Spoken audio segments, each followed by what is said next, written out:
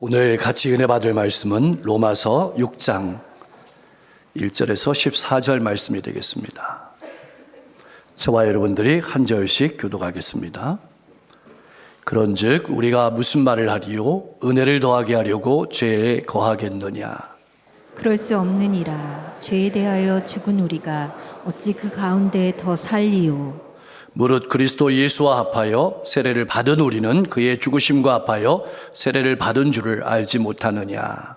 그러므로 우리가 그의 죽으심과 합하여 세례를 받음으로 그와 함께 장사되었나니 이는 아버지의 영광으로 말미암아 그리스도를 죽은 자 가운데서 살리심과 같이 우리로 또한 새 생명 가운데서 행하게 하려 함이라. 만일 우리가 그의 죽으심과 같은 모양으로 연합한 자가 되었으면 또한 그의 부활과 같은 모양으로 연합한 자도 되리라. 우리가 알거니와 우리의 옛사람이 예수와 함께 십자가에 못 박힌 것은 죄의 몸이 죽어 다시는 우리가 죄에게 종노릇하지 아니하려 함이니 이는 죽은 자가 죄에서 벗어나 의롭다 하심을 얻었음이라. 만일 우리가 그리스도와 함께 죽었으면 또한 그와 함께 살 줄을 믿노니 이는 그리스도께서 죽은 자 가운데서 살아나셨음에 다시 죽지 아니하시고 사망이 다시 그를 주장하지 못할 줄을 알미로라. 그가 죽으심은 죄에 대하여 단번에 죽으심이요 그가 살아계심은 하나님께 대하여 살아계심이니 이와 같이 너희도 너희 자신을 죄에 대하여는 죽은 자요 그리스도 예수 안에서 하나님께 대하여는 살아있는 자로 여길지어다. 그러므로 너희는 죄가 너희 죽을 몸을 지배하지 못하게 하여 몸의 사욕에 순종하지 말고 또한 너희 지체를 불의의 무기로 죄에게 내주지 말고 오직 너희 자신을 죽은 자 가운데서 다시 살아난 자 같이 하나님께 드리며 너희 지체를 의의 무기로 하나님께 드리라. 죄가 너희를 주장하지 못하리니 이는 너희가 법 아래에 있지 아니하고 은혜 아래에 있습니다. 있음이라. 아멘. 오늘날 많은 그리스도인의 가슴 아픈 문제 중에 하나는 십자가의 복음을 그저 죄 사함의 교리로만 알고 신앙생활 한다는 것입니다. 예수님께서 나를 대신하여 십자가에 죽으심으로 내 모든 죄가 용서받았다는 것만 믿음으로 받아들이며 고백하고 그것을 복음의 전부로 알고 살아가는 것입니다. 문제는 삶이 전혀 달라지지 않는다는 것입니다. 왜 그럴까요? 전적인 하나님의 은혜로 구원을 받았다는 사실에 감사하기는 하지만 왜 선한 삶을 살려고 노력해야 되는지 알지 못하기 때문입니다. 그래서 일주일 동안 마음 놓고 죄를 지으며 예수 믿기 전과 똑같이 살다가 주일날 나와서 회개하며 용서해 달라고 눈물로 기도합니다. 새롭게 또 결심합니다. 그리고 한 주간 같은 죄를 반복해서 짓고 또 회개하며 용서해 달라고 눈물로 기도합니다. 그리고 편한 마음으로 돌아갑니다. 그렇게 죄를 짓고 회개하고 용서받고 살아가는 게 신앙의 전부인 줄로 알고 살아갑니다. 그리고 그렇게 살아도 괜찮은 줄 알고 가정과 일터와 이웃 가운데서 살아갑니다. 하나님의 은혜와 사랑만 노래하면서 예수 믿기 전과 전혀 달라진 것이 없는 삶을 살아가는 것. 어쩌면 이것이 오늘날 기독교의 가장 본질적인 문제일 것입니다. 사랑하는 성도 여러분, 나는 예수 믿고 어떤 것이 변했습니까? 혹 달라진 것이 없는 신앙인은 아닙니까? 바울 사도는 로마서 5장 20절 말씀에서 이렇게 분명하게 선포했습니다. 죄가 더한 곳에 은혜가 더욱 넘쳤다. 근데 당시 이 말씀을 오해하는 그리스도인들이 있었습니다. 죄를 더 많이 지으면 은혜가 더 넘치게 될 것이라고 오해해서 죄를 가볍게 여기고 나아가 하나님의 은혜보다는 자신의 죄악을 자랑하기까지 하는 그리스도인들이 있었습니다. 사실 이 말은 죄가 크고 많아서 은혜가 많다는 이야기가 절대로 아닙니다. 자기의 죄악을 보고 깊이 뉘우치는 사람일수록 하나님의 은혜를 풍성하게 받는다는 뜻입니다. 바울은 철저하게 자기의 죄를 깨달았습니다. 자신을 죄인 중에 괴수라고 표현했습니다. 바울은 자신의 죄악이 너무나도 감당할 수 없을 만큼 많았지만 주님께서 베풀어 주신 은혜는 그 누구와 비교할 수도 없을 만큼 풍성했습니다. 그러나 그렇다고 해서 은혜를 더 풍성하게 누리려고 다시 옛날로 돌아갈 수는 없었습니다. 다시 옛날로 돌아가서 교회를 핍박하고 사람을 옥에 가두고 죽일 수 있겠습니까? 이런 말이 1절의 말씀입니다. 바울은 2절 말씀에서 분명하게 대답합니다. 그럴 수 없습니다. 나 바울은 죄에 대하여 죽은 사람인데 어찌 다시 죄를 지으며 살 수 있겠습니까? 그것은 생각할 수도 없는 일이라고 분명하게 선언하는 것입니다. 1절의 질문은 우리 그리스도인들이 마주하는 가장 큰 유혹이 무엇인지를 똑바로 보여줍니다. 그것은 바로 하나님의 은혜를 오해하고 신앙하는 것입니다. 우리의 죄가 아무리 커도 하나님의 은혜는 더 크다는 것에 감격해서 정신을 차리고 신앙생활 해야 하는 결심보다는 이 정도는 쉽게 용서해 주시겠지 생각하면서 죄에 무감각해지는 겁니다. 심지어 어떤 분들은 자기 죄가 엄청나다는 것을 은근히 자랑하기까지 합니다. 그러나 여러분, 분명한 것은 죄는 큰 것이든 작은 것이든 부끄러운 것입니다. 내 죄 때문에 예수님께서 십자가에 달려 돌아가셨다는 사실을 절대로 잊으면 안 됩니다. 하나님의 은혜를 이용해서 내 죄를 가리려고만 하는 신앙생활, 그저 좋은 것이 좋다고 은혜를 남발하는 것처럼 십자가의 복음을 잘못 사용하는 것이 기독교인들의 큰 죄악입니다. 그것은 예수님의 죽음을 가볍게 여기고 무시하는 겁니다. 우리는 분명 하나님의 은혜로 구원을 받았습니다. 그렇다면 왜 그리스도인들이 하나님의 뜻에 순종하고 선하게 살려고 힘써야 되는 것일까요? 2절 말씀에 분명하게 그 이유를 기록해 놓고 있습니다. 우리는 죄에 대해서 죽었기 때문입니다. 그리스도인은 죄에 대해서 죽은 사람이기 때문입니다.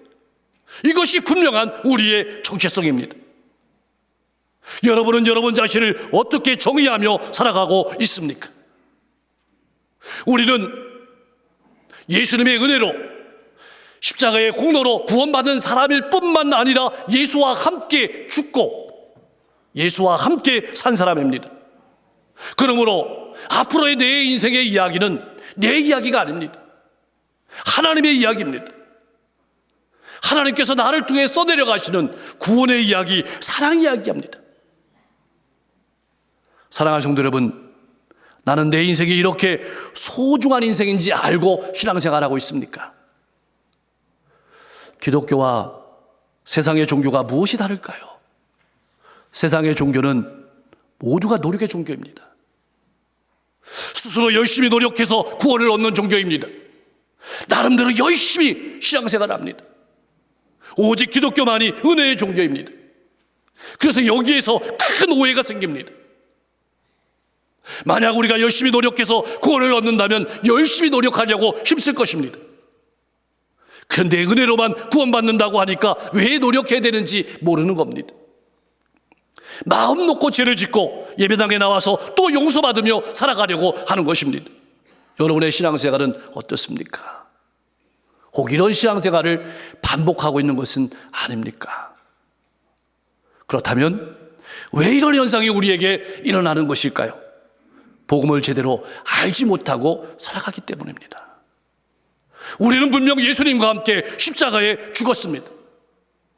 이 말은 우리의 옛사람이 죽었다는 말입니다. 그러나 육신이 버젓이 살아있기 때문에 죄가 계속해서 우리의 죄인 노릇을 하려고 하는 것이 우리 신앙생활의 실존입니다. 그러나 분명한 것은 죄에 대해 죽은 우리는 더 이상 죄의 종이 아닙니다.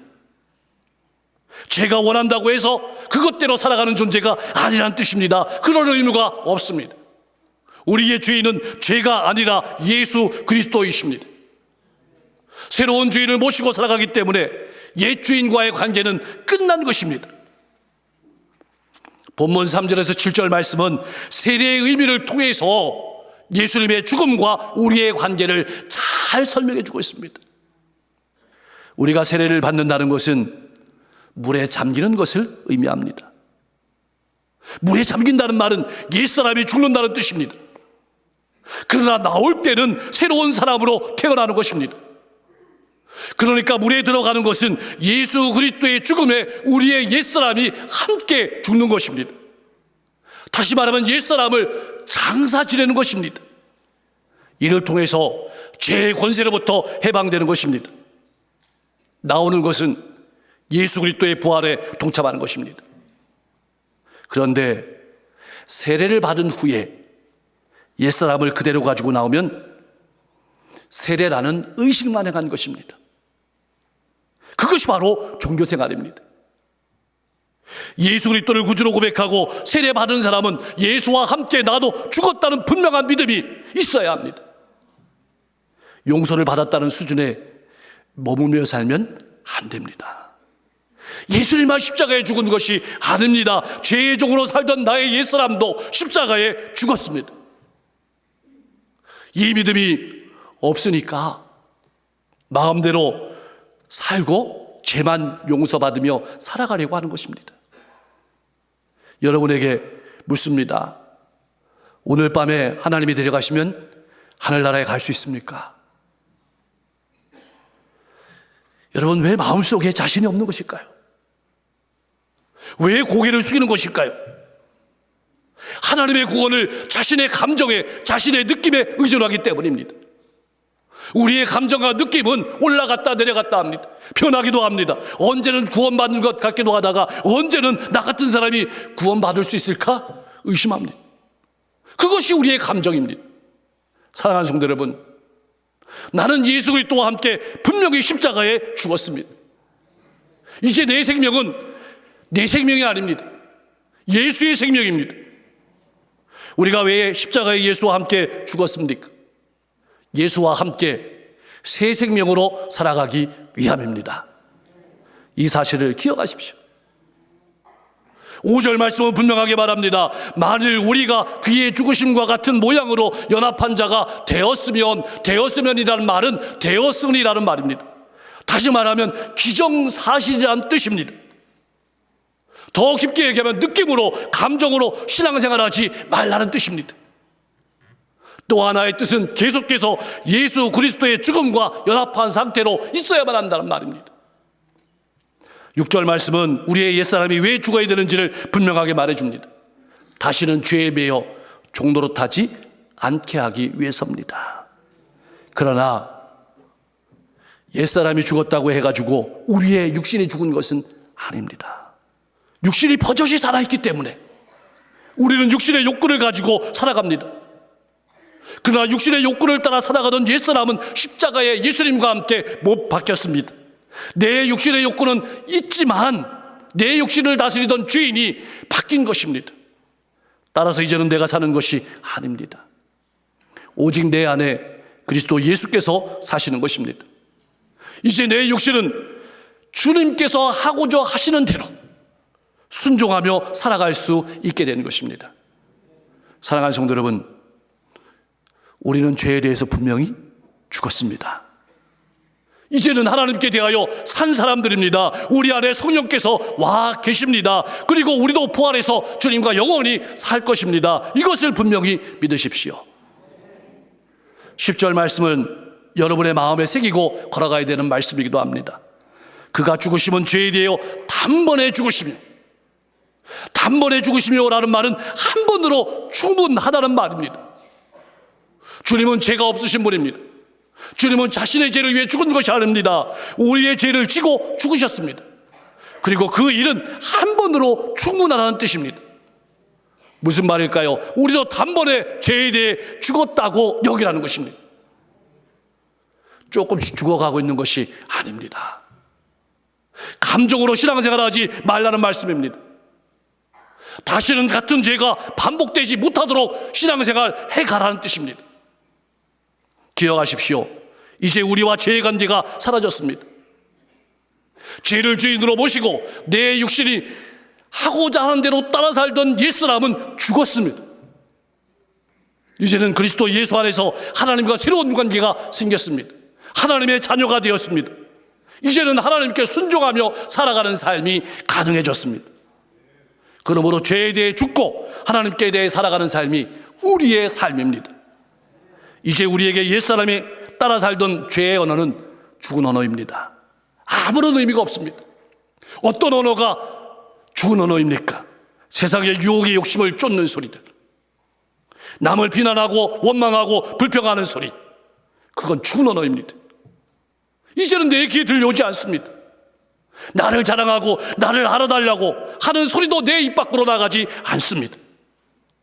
이것이 바로 죄에 대해서 죽은 것입니다. 예수 믿기 전에는 이것이 내 귀에 쏙쏙 들려오던 소리였습니다. 내 육신이 원하던 소리였습니다. 나를 움직이던 소리였습니다. 그러나 이제는 죄에 대해 죽고 나니까 하나님의 말씀이 내 귀에 쏙쏙 들려오게 되는 것입니다. 믿음의 말이 들려오고, 소망의 말이 들려오고, 사랑의 말이 들려오고, 용기의 말이 내 가슴을 덮습니다. 이것이 바로 하나님께 대하여 살아가는 신앙의 모습입니다. 그렇다면 이제 죄에 대하여 죽고 하나님께 대하여 서는 성도는 어떻게 살아야 될까요?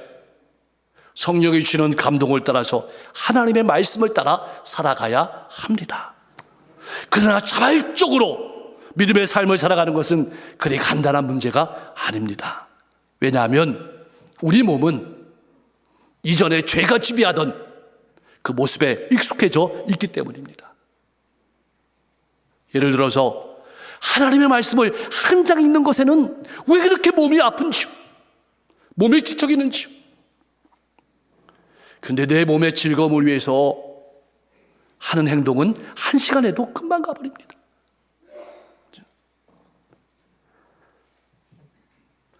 요한일서 2장 16절 말씀에 이런 말씀이 나옵니다. 이는 세상에 있는 모든 것이 육신의 정욕과 안목의 정욕과 이생의 자랑이니 다 아버지께로부터 온 것이 아니요 세상으로부터 온 것이라.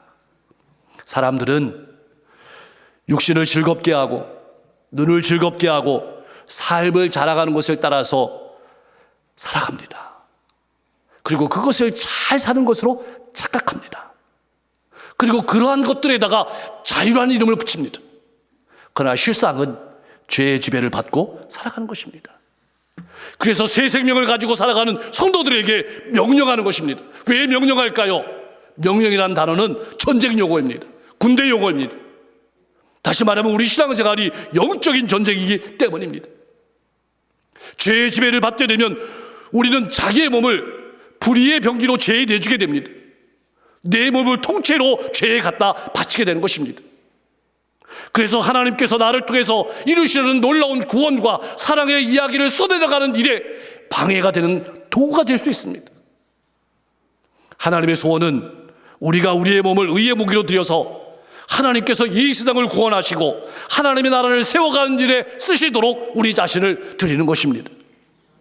우리가 잊지 말아야 될 중요한 사실은 우리가 싸우는 이 영적인 싸움은 혼자 싸우는 싸움이 아니라는 것입니다. 공동체가 같이 싸워야 되는 싸움입니다. 우리는 초소 안에 같이 서 있는 전우들입니다. 그래서 건강한 교회 공동체가 중요합니다. 서로 믿음의 선한 싸움을 싸운 간증을 나누라고 설교에 요약 질문을 넣어드린 것입니다. 어떻게 싸웠는지. 그래서 힘을 얻으라고. 13절 말씀은 우리의 지체를 의의 무기로 하나님께 드리라고 명령합니다. 우리의 몸만 아니라 전 인격을 하나님께 드리라는 말씀입니다. 이 말씀은 하나님께서 명령하시는 말씀을 따라 살도록 힘쓰라는 말입니다. 우리의 마음에 죄악된 생각들이 밀려올 때 그 생각을 멈출 방법을 생각해 보십시오. 그 생각이 계속 흘러가도록 두면 안 됩니다. 무디 목사님께서 이런 말씀을 하셨습니다. 새가 머리 위로 날아다니는 것은 어쩔 수 없지만 새가 내 머리에 둥지를 트는 것은 허락할 수 없다. 이것이 새 사람의 삶입니다. 우리는 이렇게 말할 수 있습니다. 저는 죄를 짓지 않기로 다짐하고 있어요. 여러분, 신앙이 다짐의 문제가 아닙니다. 우리의 옛사람은 죽었습니다. 우리는 그리스도 예수 안에서 새로운 피조물입니다. 주님이 나의 죄인이십니다. 성령께서 내 안에와 계십니다. 성령께서 주시는 감동을 따라서 하나님의 말씀대로 살아가려고 몸부림치십시오. 특별히 우리의 혀도 하나님이 사용하시도록 내어드리십시오. 다른 사람을 깎아내리고 무너뜨리고 상처를 주는 말을 하는 것은 우리의 몸을 불의의 병기로 죄에게 내주는 것입니다. 전쟁에서 지는 것입니다. 우리는 덕을 세우는 말, 허물을 덮어주는 말, 다른 사람을 세워주는 말로 영적 전쟁에서 승리해 나가야 할 것입니다. 세상의 노래를 따라 부르며 욕설을 즐겨하던 입에서 이제는 찬양을 즐거워하고 하나님 앞에 정직하고 성실한 삶을 살아가고 복음을 증거하는 하나님의 축복의 통로로 복된 삶을 살아가야 할 것입니다. 꼭 기억하십시오. 그리스도 예수 안에서 나는 죽었습니다. 내 생명은 예수의 생명입니다. 성령이 주시는 감동을 따라서 하나님의 구원의 역사를 써내려가고 사랑의 역사를 써내려가는 저와 여러분들의 삶이 될 수 있기를 주님의 이름으로 간절히 축원합니다. 기도하겠습니다. 죄사함만 받고 구원받은 백성으로만 사는 신앙인이 아니라 나도 예수와 함께 십자가에 죽고 다시 새 생명으로 살아난 사람이라는 분명한 믿음을 가지고 살아가게 하여 주시옵소서. 우리가 신앙의 길을 걸어가다가 넘어질 수는 있지만 그때마다 주저앉아 있는 것이 아니라 다시 일어나 성령의 능력을 힘입어서 미래를 향해 힘차게 나아가는 신앙인이 되게 하여 주시옵소서. 내 느낌과 감정을 가지고 신앙생활하는 것이 아니라 말씀이 귀에 쏙쏙 들어오고 성령께서 내게 주시는 감동을 따라서 말씀을 살아내는 삶이 되게 하여 주시옵소서. 나의 모든 전인격이 하나님이 쓰시는 의의 도구가 되게 하여 주시옵소서. 손으로도 눈으로도 발로도 입술로도 범죄하지 않게 하시고 세상 자랑과 내 자랑에도 죽게 하옵소서. 오직 예수만 나타내는 신앙인으로 늘 기쁨과 즐거움을 누리며 복된 삶을 살아가게 하여 주시옵소서. 세계 곳곳에 전쟁이 있습니다. 기근이 있습니다. 재해가 있습니다. 하나님이 이 땅에 평화를 주시고 기근과 재해에서 구원해 주시고 회복시켜 주시옵소서. 이 지역과 민족, 세계 열방을 이끌어가는 위정자들이 하나님을 두려워하는 정치를 하게 하시고 상생하는 정치를 하게 하시옵소서. 특별히 이 땅의 교회들이 복음의 가치관을 살아내는 복된 건강한 교회들로 우뚝 설 수 있도록 역사해 주시옵소서. 2025년 한 해를 우리에게 열어주신 것은 나만 바라보고 살아가는 인생이 되지 말고 멀리 가지 않는다 할지라도 우리 주변에 있는 많은 어려운 일들을 돌아보고 사랑하며 섬기라고 우리에게 열어주신 줄 믿습니다. 우리에게 맡기신 영혼들을 사랑하고 섬기며 구원의 역사를 써내려가는 하나님의 귀한 이야기가 내 인생 이야기가 될 수 있도록 축복해 주시옵소서. 이 민족이 복음으로 통일되게 하시고 2025년 성도들의 가정이 가정 천국을 이루게 하시고 일터와 사업장을 이 어려운 시기 가운데 든든히 세워 주시옵소서. 선교사님들이 걸어가는 길과 여정을 축복하여 주시기를 소망하고 오늘도 병석에 있는 환우들 그 질병과 아픔과 고통의 자리 가운데 외로움과 상처의 자리 가운데 하나님 신방하여 주셔서 만져주심에 깨끗하게 하시고 힘있게 하시고 새롭게 하시고 미래를 향해서 힘차게 일어나게 하여 주시옵소서. 교회 안과 밖의 사역들을 통해서 하나님의 풍성한 열매가 맺어지게 하시고 특별히 교회 공동체 안에 많은 지도자들이 있습니다. 숙장님, 인도자님, 선교회장님, 교사들 하나님 늘 하나님의 은혜와 사랑을 가슴속에 가득 부어주셔서 그 은혜와 사랑이 말씀을 통해서 삶을 통해서 공동체 안으로 흘러갈 수 있도록 역사해 주시옵소서. 설 명절이 다가오고 있습니다. 기도로 준비하며 나아가게 하시고 이 명절이 사랑과 섬김과 선교와 교제의 좋은 기회가 될 수 있도록 역사해 주시옵소서.